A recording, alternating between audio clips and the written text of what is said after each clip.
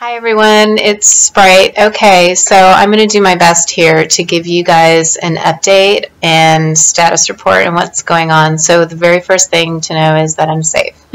My man is safe, Barnaby is safe, all the people that we work with are safe. If you've come on trips with me, the people that we know are safe. And so thank God for that. So I just want to give you a sense of what's happening here first. Today is the second most eerie day that I've ever had in Liberia. The first was when I first came here in 2008, and I arrived to the UN tanks that were still in the streets and the UN soldiers that were that had guns in the streets, and all the barbed wire and the massive amounts of burned out buildings and things, and that was just such an eerie sense. And all of that now, 6 years later, is no longer here. Liberia has done a good job in rebuilding amidst a very corrupt situation. As we know, it's the second most corrupt nation in the world, and the second poorest country still, which is already devastating.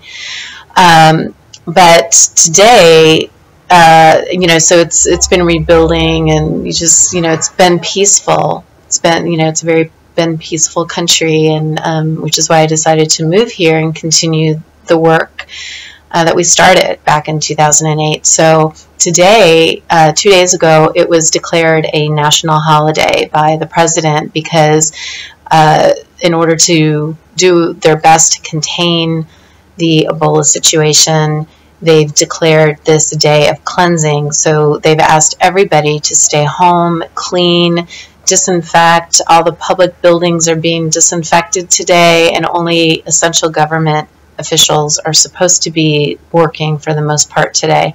So I didn't really know how that was going to look, but when I woke up today, nobody was out, and it's really eerie because, just outside my window here, it is always noisy, always honking and loud yelling, and I've got people, just tons of little craft stores right below me, and the vendors are always out and all of that, and nobody's out. Now on Sunday morning, usually here, it's quiet, and the vendors on Sunday, they go to church and stuff, but by afternoon, boom, it's bustling again, and people are out doing what they need to do, which is make money.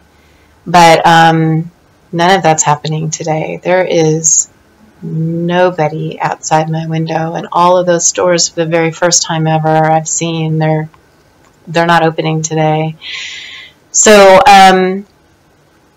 so just give you a sense here of what's really happening, like on the ground. I've had to make some really tough decisions, as everyone is doing right now. The government, the president has asked that there are no more public gatherings. They've banned public gatherings, actually.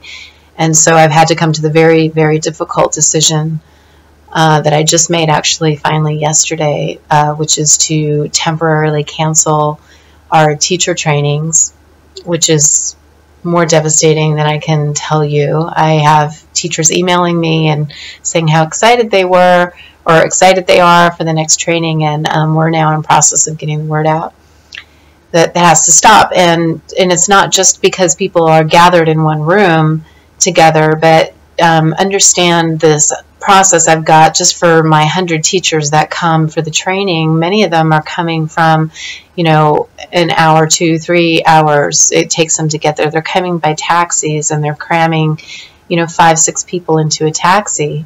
And so, it's a devastating situation because there is no other form of transportation for people just to get to work and things like that. So anyway, I don't want to be at cause of somebody getting into a taxi and attracting Ebola. So anyway, it's difficult on many, many levels here right now.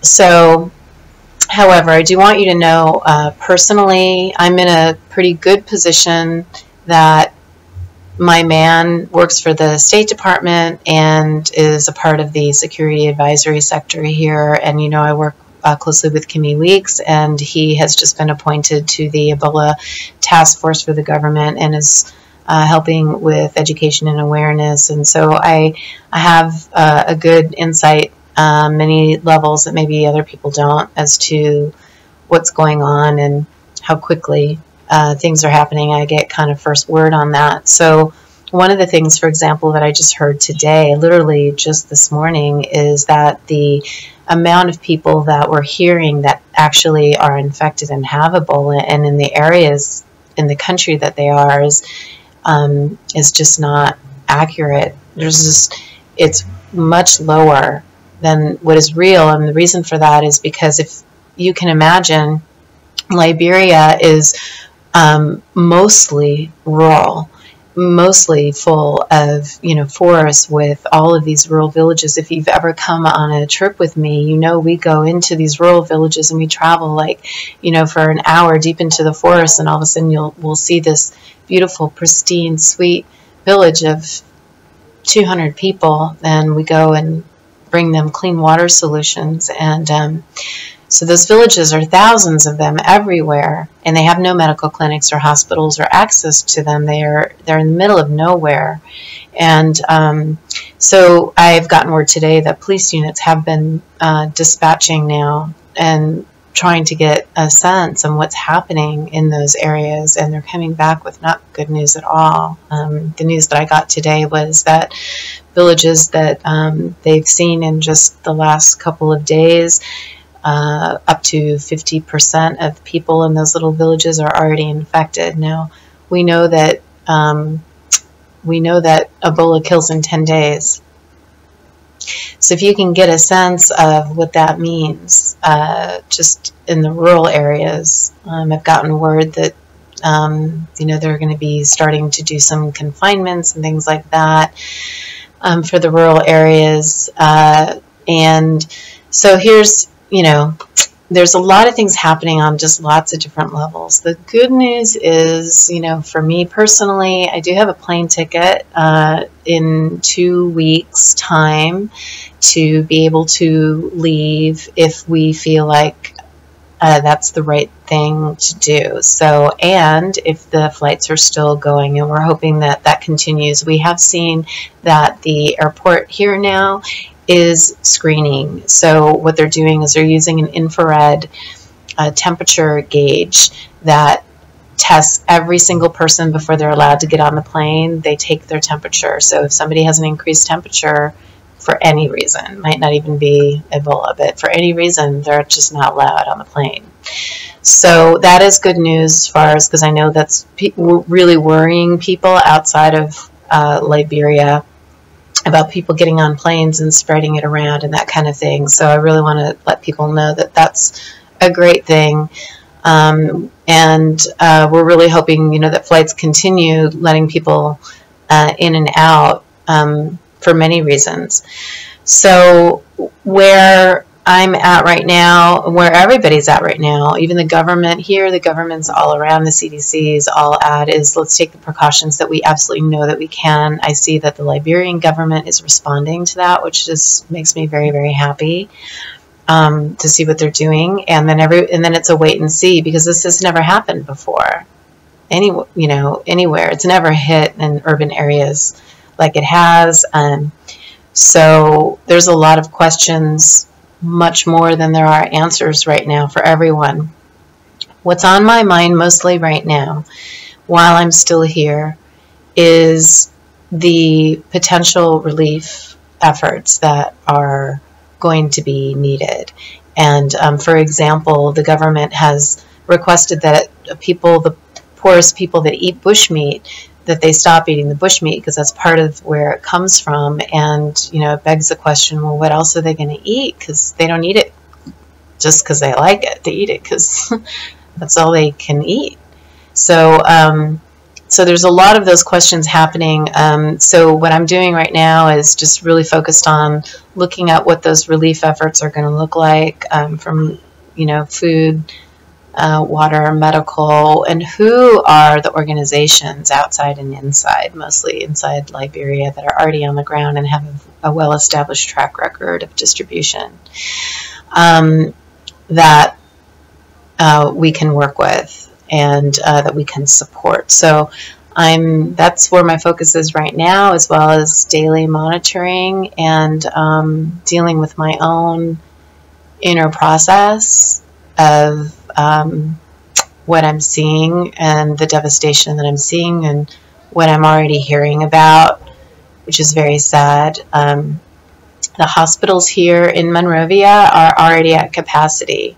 And so what that means is they're not accepting any new people except if they are suspected Ebola patients. So that's a devastating thing if you think about that.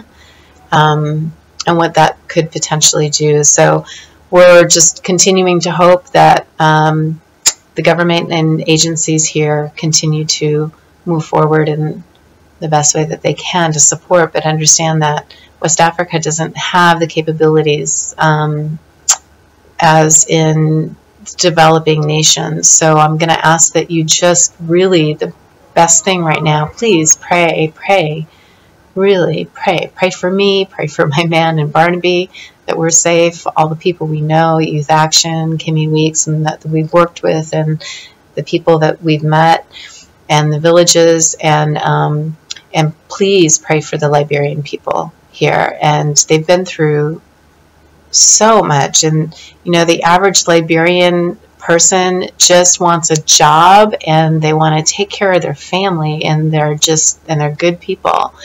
And they've had to put up with a lot, so much corruption and things in the process of rebuilding this country. And so please pray for them, and I will keep you posted as best I can of anything new happening. And so God bless you.